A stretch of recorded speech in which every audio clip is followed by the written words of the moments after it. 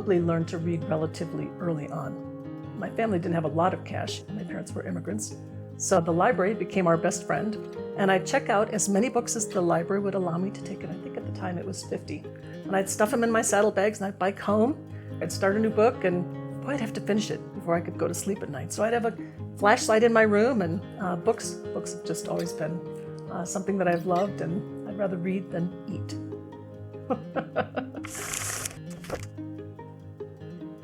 I had one teacher in 5th grade that every afternoon, right after lunch, she would read to us. I can still remember the stories this many years later. And I knew then that that was important, and it was something that I wanted my own children to have, that love of stories. We hear that from our customers as well. Oh, keep on reading, Mom. We just don't want to stop. My husband and I lived in a missions community, and all of us had the same dilemma of what to do with our children's education. All of our students were bused to a very substandard school on the opposite side of town. We put our oldest daughter in the local Christian school, which was a huge chunk of our missionary support at the time. And then it came time to have Luke go to school, and he went to kindergarten for the year. And then it was time for Janelle to go to school, and it was like, we actually can't afford to do that. So my husband came home, he visited a family that was homeschooling, and he was super impressed with their kids. They were articulate and sharp and asked good questions, and he went, oh, we should do that as well. And I'm going, you're not putting me in that box. I don't want to do that. I adore my children, they're wonderful. But as an introvert, to be with them 24/7, I thought, I don't know if I can even do that. We prayed about it, and because our support was at a particular level, I thought, well, I could probably do it for a year. Nobody can ruin their kids in a year, can they? And I found out that I actually just really loved it. I loved being with my kids. I loved spending time with them. I loved learning with them. So we would start homeschooling by 8 in the morning, and we'd be done usually by noon. My husband would read to them in the evening, and I would often hand him books that I knew would make him cry. And he'd be reading along, and he'd start slowing down and getting kind of choked up, and the kids would kind of look and go, what's going on, Dad? I felt it was very important for my children to recognize that it's okay for men to have emotions and to cry. And my backyard neighbor, she and her husband had been missionaries in Morocco. She said, Sarita, if you think about how hard it is to pick materials here, it's 20 times harder overseas. So what we need to do is pick the best of the best and put it in boxes and send it to friends of mine who are overseas. Because the number one reason people came home from the field was they couldn't get along with their teammates. Thought I can't do much for that.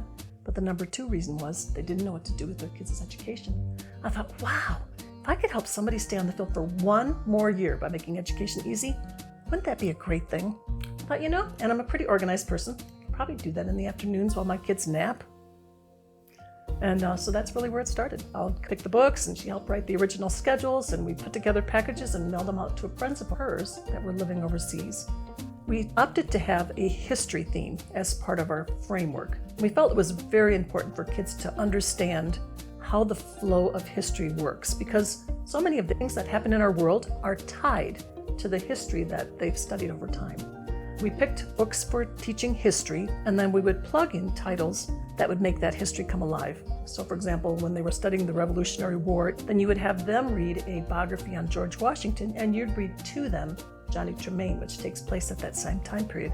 So the kids would go, oh, we met him here. Oh, I've heard of him. This is somebody that's familiar and I've heard of again. Lots and lots of linking. Seems to be a very effective way of teaching kids. At Sonlight, we schedule every book. I wrote the IGs, and I used mine every single day. And at the end of the day, I know I had done enough. I didn't have to fret. I had done everything I needed to do. Perfect. Who doesn't need that freedom? People sometimes ask me, this is so much fun. Are my kids learning enough? We thought, well, let's test that. I know my kids are sharp and engaged and have an understanding of the world and have great vocabularies, and they're doing fine. So we started a scholarship program because we wanted to find out whether or not this worked for all students that were out there. And the test scores are phenomenal. A couple of years ago, I had an opportunity to interview our different scholarship winners, and they were articulate and sharp and going places and purposeful. And I thought all they did was sit and read books with their parents. And how great this is to have this fruit of these wonderful kids that are just going out and doing amazing things.